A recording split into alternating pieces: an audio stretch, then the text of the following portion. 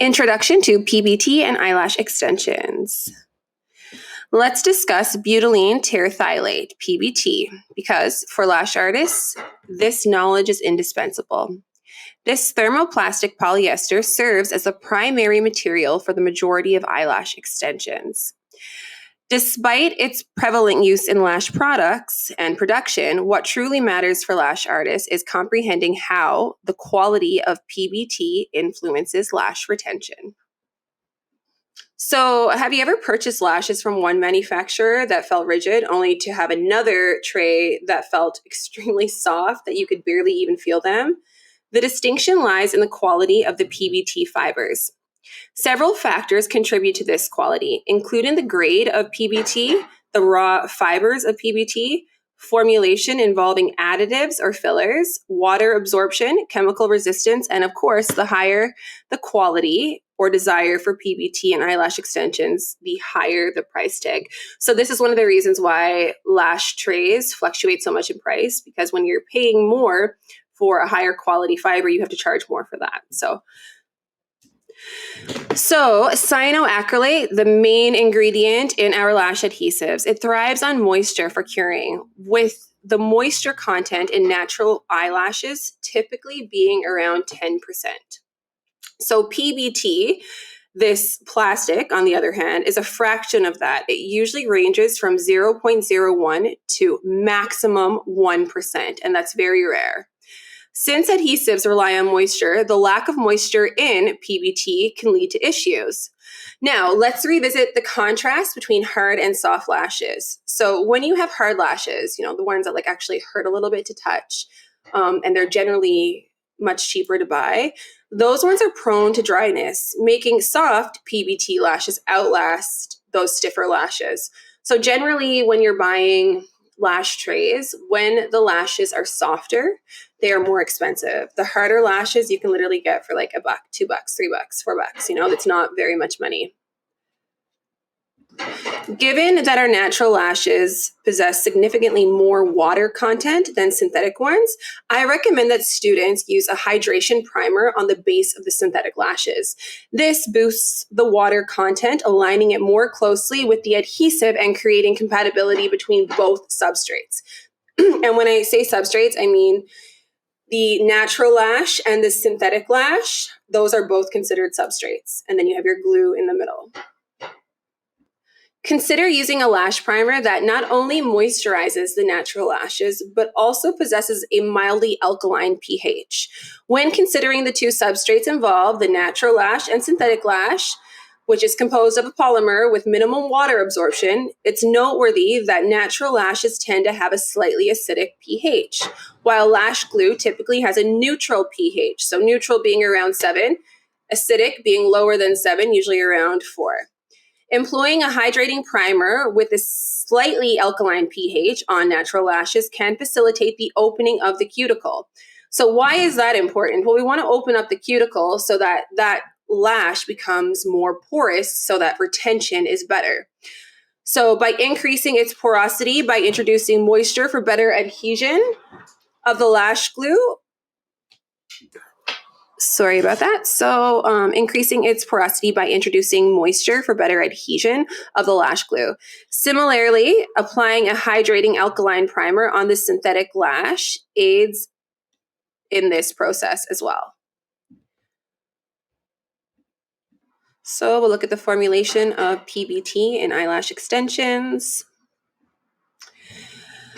Now, let's discuss this formulation of materials used in eyelash extensions. Some common characteristics or additives that might be considered in PBT for eyelash extensions include curl retention agents, color pigments, softening agents, anti-static agents, and UV stabilizers.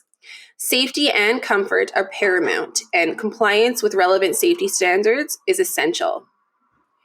When it comes to manufacturing standards, you want to ensure that the PBT used in eyelash extensions adheres to industry standards and regulations. Products should be manufactured in facilities that follow good manufacturing processes to ensure safety and quality. Moving on to water absorption. The maximum water content or water absorption of PBT can vary depending on the specific grade and formulation. Unfilled PBT typically has lower water absorption rate, often in the range of 0.01 to 1%, by the way. It's crucial to refer to the technical data sheets that are provided by the manufacturer for precise information. Now, comparing natural lashes to synthetic PBT lashes, well, natural lashes are part of the human body. It's composed of keratin with a soft and flexible texture. They have a natural growth cycle and minimal maintenance is required. When it comes to synthetic PBT lashes, they mimic the appearance of natural lashes. They're soft and lightweight, depending on the quality of it, and they can last with proper care. They will fall out when your natural lashes fall out. Most people are not allergic to polybutylene terephthalate. Most people do not have that PBT allergy because it's a plastic, and it's not like how if you were to have mink lashes, which used to be a really big thing. And this is authentic mink lashes, where you would have basically cat put on your eyes. Those would cause allergies. That's not the situation with PBT, and that's why it's commonly used.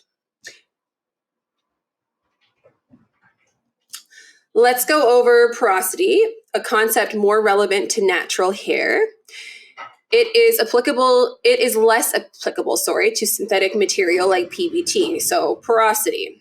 This is something that you need to pay attention to with it. So the natural lashes are porous, allowing them to absorb and retain moisture, because you know that if you get lashes more often, or you get lash lifts and tints, or you have services done, there's chemicals on your lashes are going to become far more porous than somebody who has never had lashes before. So keep that in mind when you're going through assessments on clients. And if you have a new client, their porosity is going to be different from somebody else. They won't have high porosity, they'll have a low porosity lash. While PBT is generally non-porous and hydrophobic, so PBT really doesn't like water, where our natural lashes, they love water. And people often think that when you add when you add H2O, water, to their lashes, it's actually hydrating them. It's the opposite. Adding moisture, like just water by itself without a humectant like glycerin, is actually drying out your lashes. The pH of natural lashes and synthetic lashes made from PBT falls within the mildly acidic to neutral range. Speaking of pH, the pH range of natural lashes, including eyelashes, is mildly acidic to neutral. Maintaining this balance is crucial for the lash health.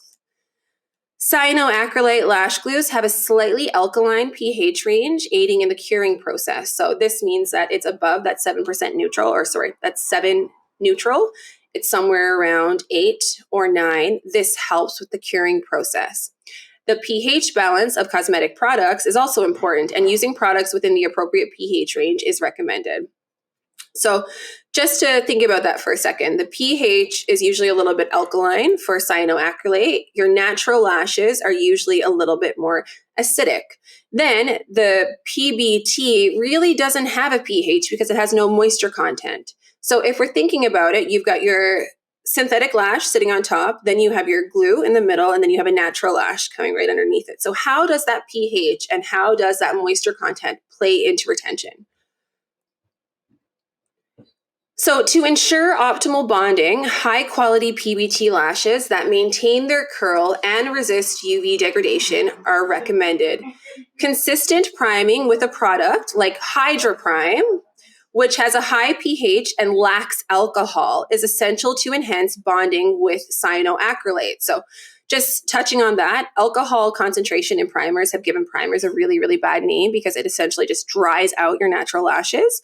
This primer, HydraPrime, does not contain any alcohol, so it still allows for that increase in pH without causing any dryness as such. So it still allows to open up the cuticles and will ensure that bonding works properly. So what I would recommend is I would consider priming 2 to 3 times on both the natural and synthetic lashes for optimum results. This will ensure that your synthetic lashes have enough moisture on the base to be able to adhere to the synthetic lash with the glue properly.